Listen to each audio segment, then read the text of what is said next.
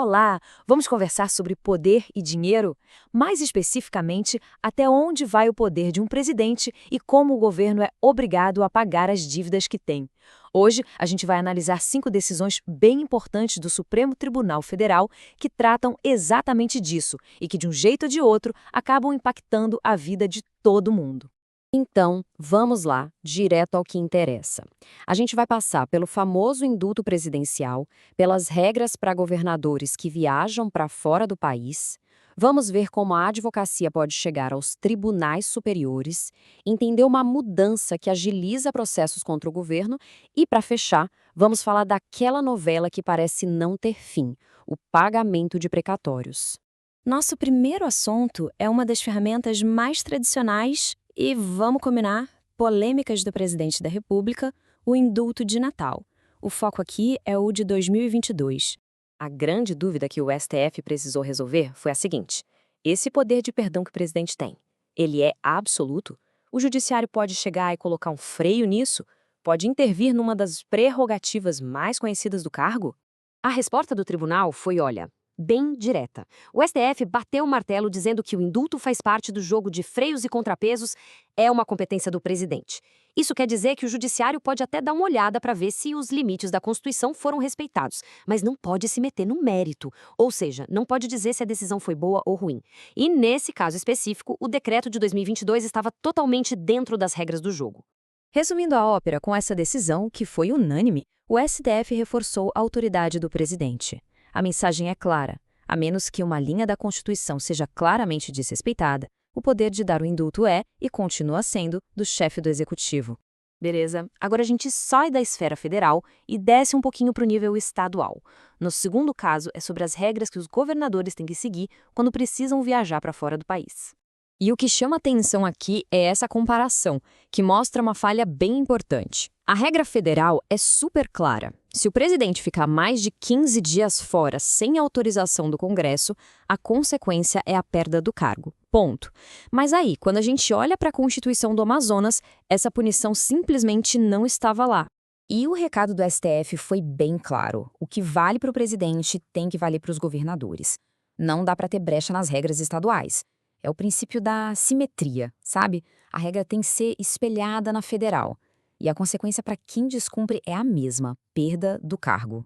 Agora, a nossa terceira decisão entra no universo dos tribunais. Vamos falar sobre como advogados podem virar desembargadores. É o famoso quinto constitucional, aquela vaga reservada nos tribunais para membros da advocacia e do Ministério Público. A polêmica aqui era a seguinte: a OAB pode chegar e falar, olha, para concorrer a essa vaga, o advogado precisa ter um tempo mínimo de atuação aqui no Estado. Muita gente questionava se isso não seria uma barreira injusta que limitava a concorrência, sabe? Mas o STF viu a coisa de outro jeito. A Corte entendeu que essa regra não é discriminatória, não. Pelo contrário, ela tem um propósito bem importante. A lógica é que essa exigência garante que o candidato conheça a realidade daquele lugar, as particularidades da justiça local, o que, convenhamos, é essencial para julgar bem. E o resultado foi que a regra foi mantida.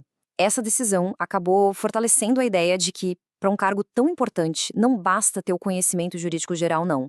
É preciso ter uma conexão de verdade com a comunidade que aquela pessoa vai servir.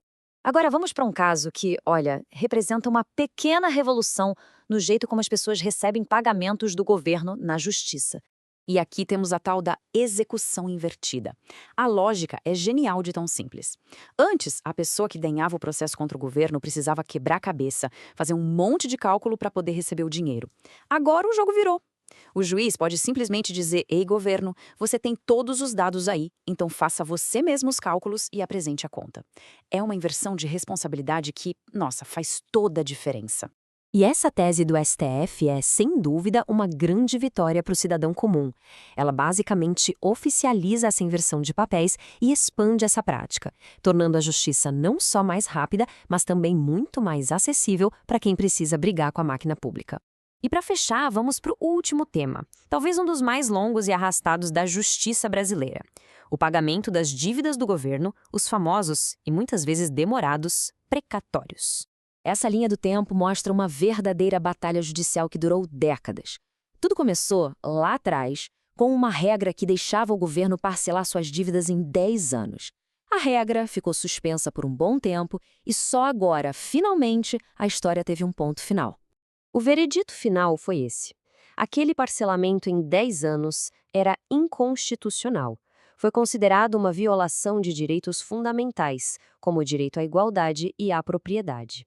Era como se o governo estivesse criando uma regra só para se beneficiar, empurrando o pagamento com a barriga e prejudicando quem estava na fila para receber.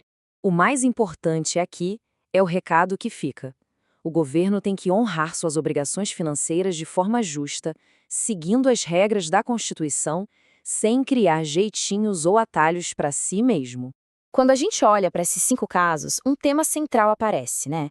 O papel do Supremo como o grande guardião da Constituição.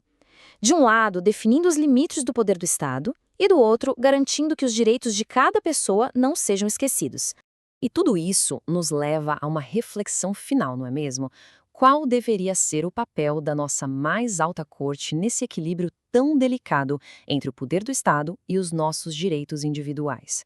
Essa é uma pergunta que, com certeza, vai continuar no centro do debate público por muito tempo.